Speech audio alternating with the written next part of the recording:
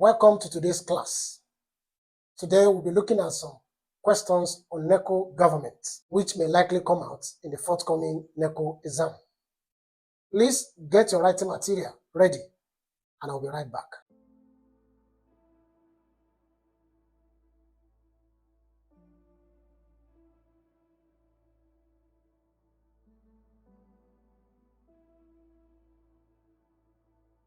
The first question we're looking at, number one, is this. Constitutionalism emphasizes that those who govern the state should do so according to A. Lay down rules of public behavior, order. B. The dictate of political leader. C. The direction of legal luminaries. D. The satisfaction of their egos. E. Their whims and caprices. For none of these options, the clear and the most correct answer is A. Constitutionalism is emphasizing lay down rules of public order, that is, obedience to the rules and the letter and the spirit of a constitution. The second question we're looking at is, which is not a type of citizenship? Another way to make it clearer for you, by which of these means can you not acquire citizenship of a place? A, by conferment, which is by honorary. You can be honored if you contribute to a particular country. Many of our politicians are honored by some of these Caribbean countries with citizenship. That's conferment. Indigenous, which means by birth, by blood descent, your place. Marriage, when you get married to a foreigner, you can go and register and apply for citizenship of that country. D, naturalization. When you have stayed in a place for a long time, you apply to become citizen of that place.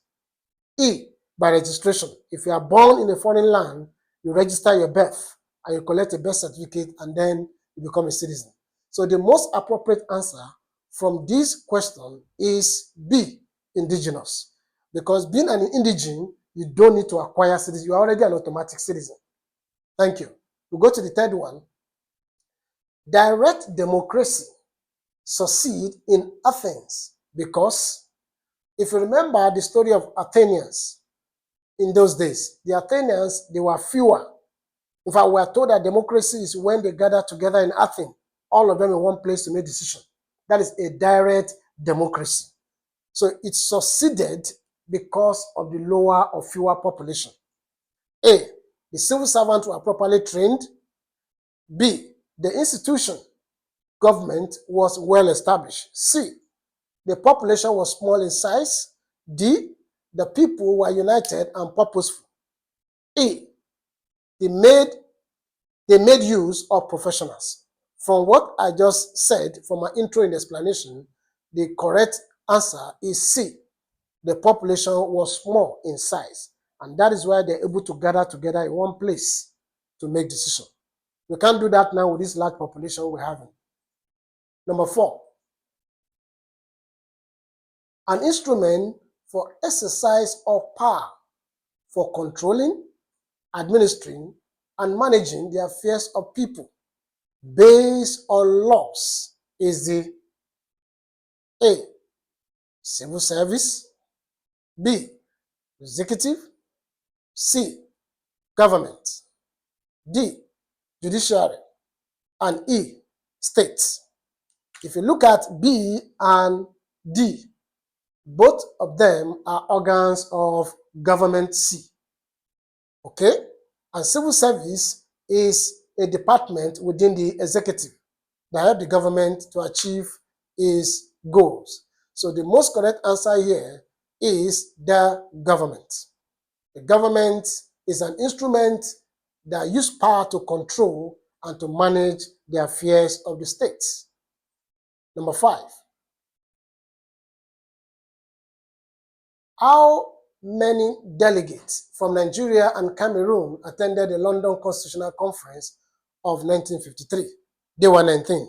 You know, as at that time, the Cameroon was a province of Nigeria before eventually, I'm talking about the Western Cameroon, before eventually they went to join the French Cameroon to become a Republic of Cameroon. Number 6. primus inter pares is a term usually used to qualify the electorate, the prime president, the prime minister, the Queen of England, the Senate president. The word primus inter pares means the first among equal. In other words, the chief among equal. So the answer there, the most correct answer there is a prime minister. The prime minister is also a minister, but he's the chief of all the ministers. So prime minister. 7. The 1993 general election had been judged as the best in Nigeria, yet it was inconclusive because that election, maybe I should remind you, was tagged by the international observers as the freest and the fairest election in the history of Nigeria. But yet, it was tagged inconclusive. Why? A, it was widely rigged. B, it produced no winner. C, one of the candidates resigned on the day of election. D, the election result was annulled. E, the result was inconclusive when it was announced. The most correct answer is the election result was annulled. Why? The election itself was concluded, and the process of announcement started to a point about 50%. I think then we had 30 states. About 15 states had been announced before the military of state that time, Ibrahim Babangida, stopped the further announcement and declared that the election has been annulled. So the election result was annulled. Or we can check it back. Let me check it back again. That number 7. That it says the result was inconclusive when it was announced. Okay, better still. Now, if you look at it, this says the election result was annulled. Meanwhile, they started the process of announcement of the results. 15 states out of 30 states were announced. Okay? Along the line, the military president, Babangida, stopped anyone who was the chairman of National Electoral Commission to stop further announcement. So the better answer for us is E. The result was inconclusive when it was announced. So if you look at letter E, swallowed letter D. The D is part and parcel of what? Of E. So E is the most correct answer. Number 8. Nigeria started to operate on a real federal structure with the introduction of the A. 1922 Clifford Constitution, B. 1946 Richard Constitution, C. 1953 London Conference, D. 1954 Lexington Constitution, and E. 1963 Republican Constitution. I want us to look at this word real, which means proper. Why did I say that? There was a conference in London, 1953. At this conference in London, chairman by Oliver Lexington, they proposed and recommended that Nigeria will go on a federal system of government. That was the agreement at that conference. Okay? But that conference was inconclusive because they had to come back to Lagos in 1954 to conclude that discussion of that conference. So the recommendations of the two conferences, 1953 and 1954, led to the 1954 Oliver Lexington Constitution. Okay? So the proper answer, or the most correct answer here, is D, 1954 Lexington Constitution. In fact, that constitution was titled Federalism Constitution. So that is where we started operating through federalism. Number 9.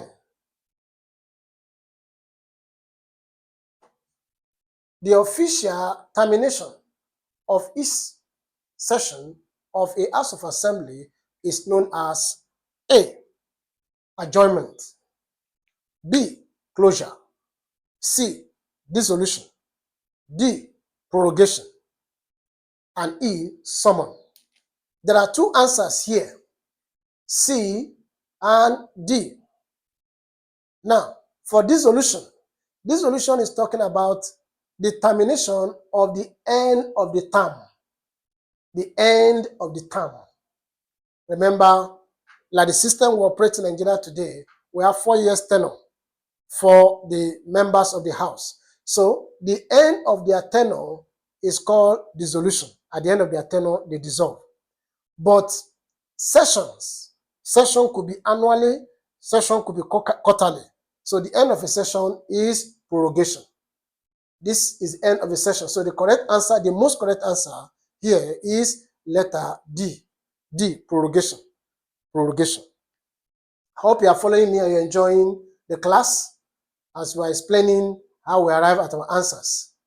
So please continue to subscribe to this channel to get more on this information. 10. On March 7, 1967, General Yakubu Gowon, in an attempt to forestall the eastern region of Nigeria from seceding and in response to various demands for states, created A. 5-state federal structure, B. 7-state federal structure, C. 12-state federal structure, D. 17-state federal structure, E. 19-state federal structure. Maybe I should give you a background to this question. You know, there was a tussle for power.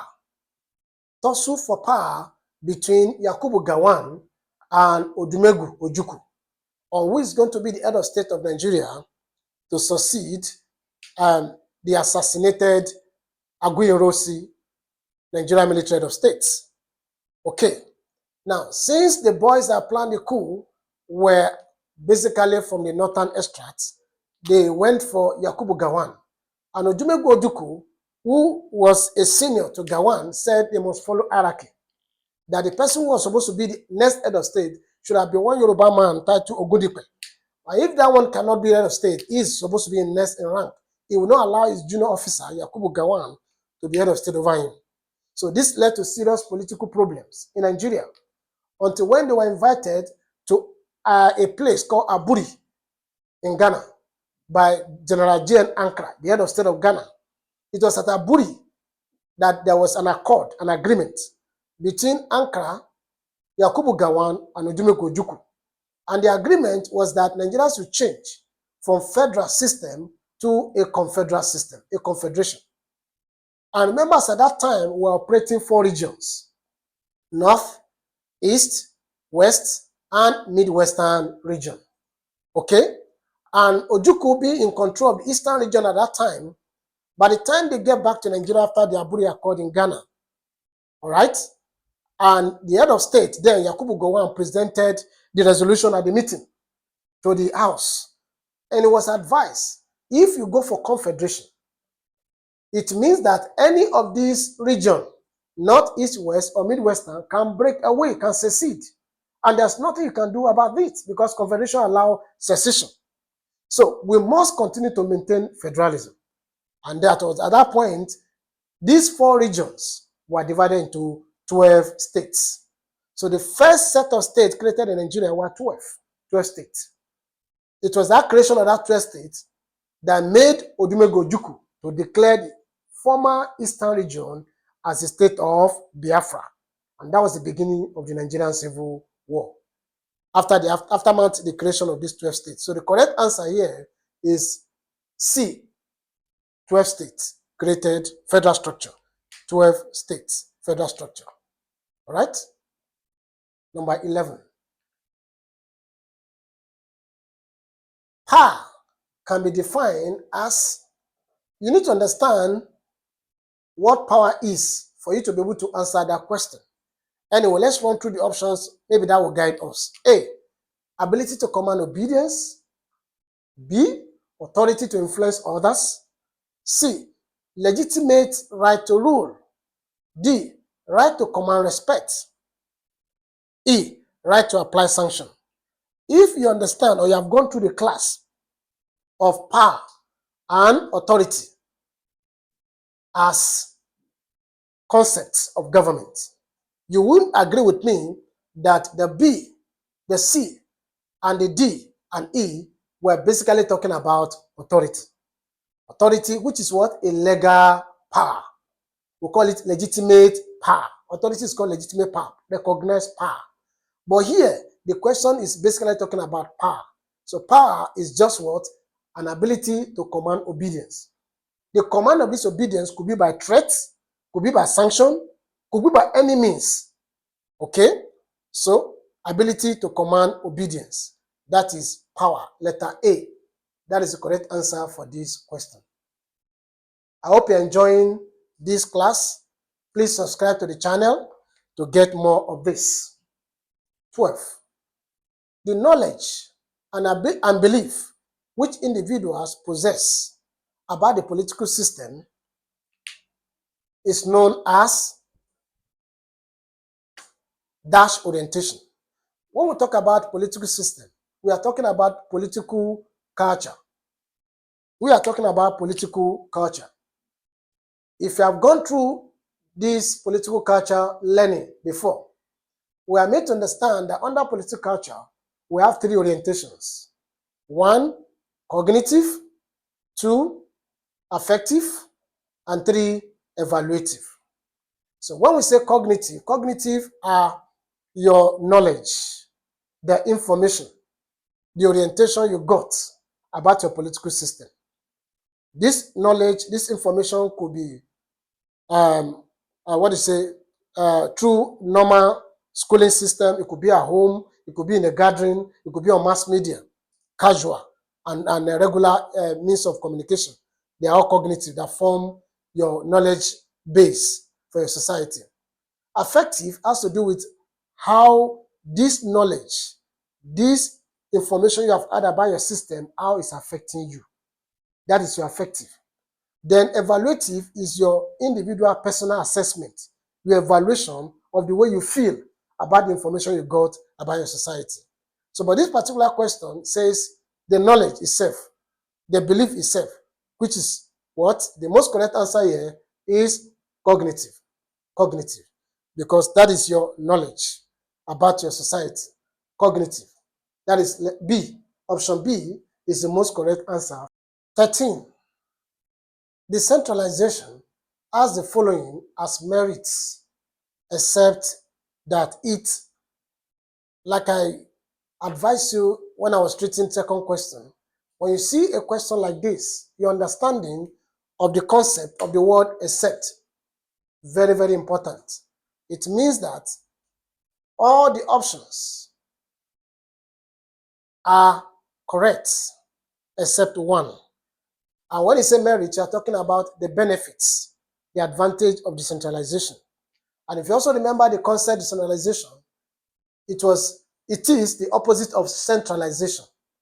In centralization, we have concentration of political power in one central government. While in decentralization, we are talking about division of political powers. Okay, so let's look at the options and see which of them is appropriate for this particular question. Look at option A, accommodate local differences. Of course, when powers are shared from the center down to the grassroots, the local differences will be taken care of. Allows for leadership training. As long as we have different levels of government, the state, the federal, and the local government, we're expected to have leaders at this government. And those people at the grassroots are also learning as leaders to move forward to the higher level. Allows for conflict of power. There's a question mark in this. Then enhances political participation. When political power are distributed, are shared, more people are involved at different levels. So more participation are also what encouraged.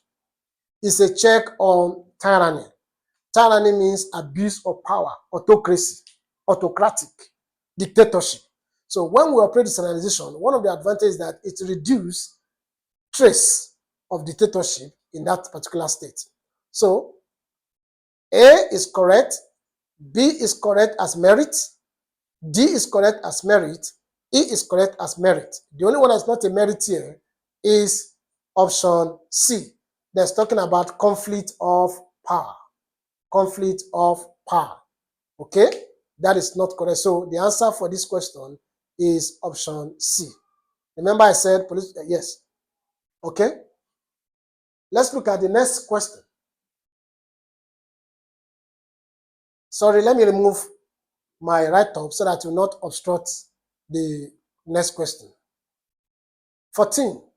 One of the main features of the February 1996 local government reform in Nigeria was in other words, the major reason, the major condition why the reforms was done. If you have gone through the story of development of local government in Nigeria, you remember that before this time, before 1976, there are different models of local government operated by the different regions. The northern region, the eastern region, and the western region and western region. Each one of these regions were operating different styles of local government. Okay? So this reform of 1976 that was carried out by Murtala Obasanjo regime, military, they were the one that they brought uniformity. They brought uniformity to the system of operation of local government in Nigeria. Okay? So let's look at the options before we pick our final answer. Election of a chairman, introduction of 3 arms of government, that is B. C, introduction of the Speaker of the House. D, appointment of supervisory councillors. And E, uniform system of administration. From the explanation I just gave now, you know that the correct answer, the most correct answer there is letter E, because it brought uniformity to the system of local government administration in Nigeria. So we look at the next question. Which type of democracy is Nigeria operating as a democratic state? This question is similar to the one we answered about the Greek people of Athens. If you remember, we answered one question on democracy earlier, whether number 4 or 5, I can't remember it, earlier in this class, where it's talking about Greek people of Athens, that they practice original democracy because there were few. Okay? Now, since then, all other type of democracy are indirect democracy. For your information, we have 2 types of democracy, direct and indirect. Direct was one practiced by the original Greek, the people of Athens, the Athenians, because there were very few then in those days. But no country is practicing direct democracy again. In fact, the giant of democracy today, America, the United States of America, is operating an indirect democracy. Another name for indirect democracy is called representative government. Representative government or representative democracy. So from explanation, you can just pick our answer from here. B is the most correct answer. A democratic system where the people elect a group of people to represent their interests. That is what we call democracy. So the answer is B, representative. The representative democracy. We have a group of people who are representing the interests of the general populace at both the state level called House of Assembly and the national level called what? House of Senate and House of Representative. The next question. The head of state or ceremonial president under the 1963 Republican Constitution was elected through, remember that in the 1963 Republican Constitution, we were still operating parliamentary system of government that we inherited. We inherited from the British colonial master. All right? And under that parliamentary system of government, we have 2 leaders. We have the head of state as well as head of government. Okay? The head of state was the ceremonial president. The head of government was the prime minister who controls the government. Okay? So the head of state was elected by the National Assembly, joint sitting of the National Assembly of both the House of Representatives and House of Senate. And that election is based on what? A secret ballot in the House. Secret ballot has been a major feature of Nigerian electoral system right from the beginning. Okay, so the most correct answer here is a secret ballot. A secret ballot. Letter E. I hope you are writing down this in case you come across and you are taking notes. In case you come across, my explanation should be enough for you to take your notes. In case you come across any question that are likable like this, and sometimes NECO could turn the OBJ to become the question, while the question become an option. That means any of the options A, B, C, D, E could be a question in an exam, while the question itself here can become what? An option. So the understanding of the question will help you, okay, in any way they twist the question in exam. All right? So let's go on. The next question is, what is referred to as the fourth estate of the realm. The fourth estate of the realm. You know that government as a subject is made up of three organs. Okay? We call the three organs or the three branches or the three institutions of government. We have the legislature, we have the executive, we have the judiciary. While the legislature makes law, executive enforce law, judiciary interpret laws. The fourth realm of the estate is the media. The media, or you call it the press. Why? Because they're expected to scrutinize, to check all the excesses. They are like watchdog to the three organs of government. Civil service is part of the executive, so A and B cannot be correct because civil service is part of the executive. Okay? Judiciary is an organ. Legislature is an organ. So the most correct answer there, or the only correct answer there, is the press, which is the media, the fourth realm of the estate. All right? I hope you are enjoying your time in this class and you are taking notes from this class. The next question, what is not a feature of a unitary system? What is a unitary system? A unitary system is a political system where there is concentration of political power. Basically, this power is concentrated at the center, which is the federal government, or you call it central government. Okay? In this kind of system, component units are not recognized by the Constitution. In fact, they don't exist. And if they exist, they're existing at the mercy of the central government. The central government can create them and give them limitations and can also disband them. That's the feature of a unitary system. So let's see. A, the Constitution should be flexible. Why? It should be flexible to give room for changes at any time.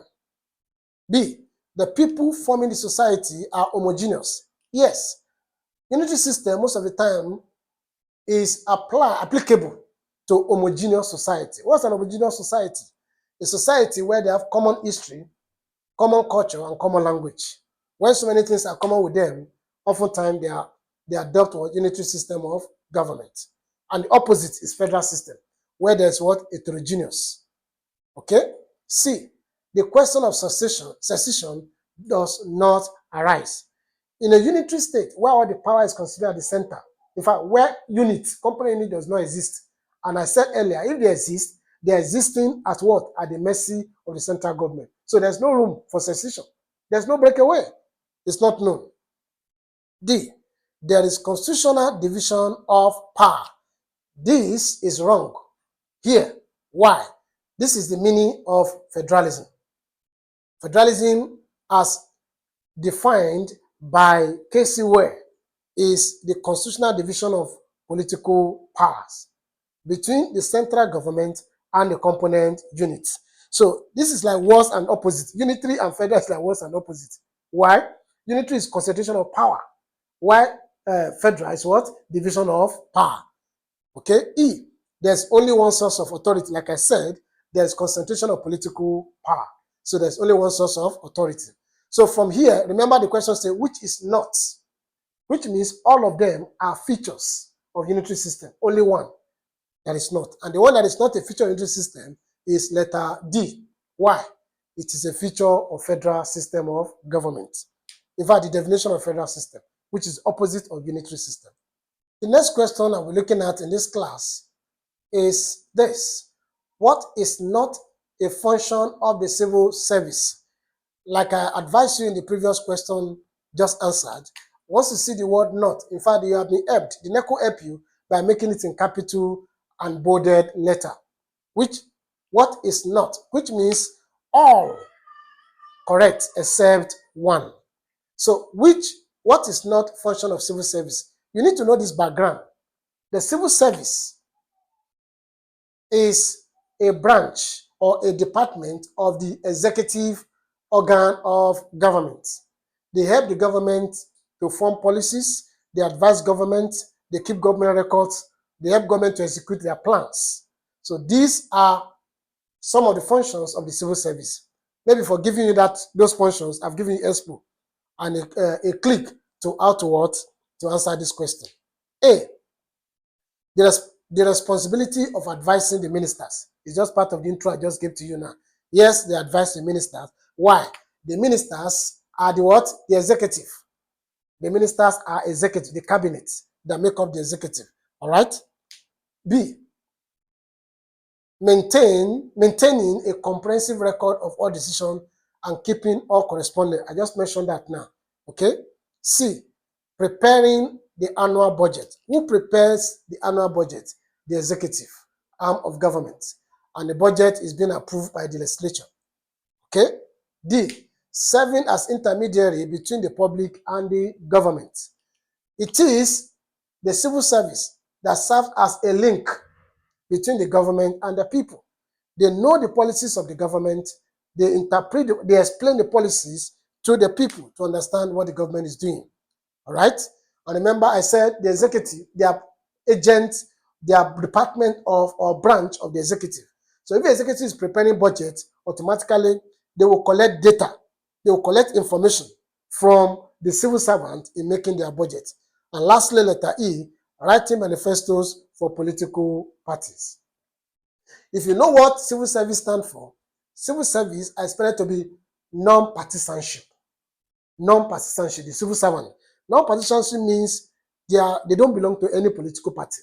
They don't participate in politics. At least they don't become a card-carrying member of any political party. Yes, they can vote during the election because that is their right, fundamental human rights as a citizen. But they cannot be a card-carrying member of any political party. The civil servant has nothing to do with political party. They are not, because they're in government. They serve any government that comes. Okay, so that's to call them non-partisanship. They don't belong to either of any of the political party existing in that society. So what is not a function of civil service? The answer is what? Letter E. They have no business of manifesto. What is manifesto in the first place? Manifestos are the programs or the agenda of a political party. Okay, so every political party, they have their own manifesto, their agenda written by themselves, not by the civil service. So the answer to this question is letter E.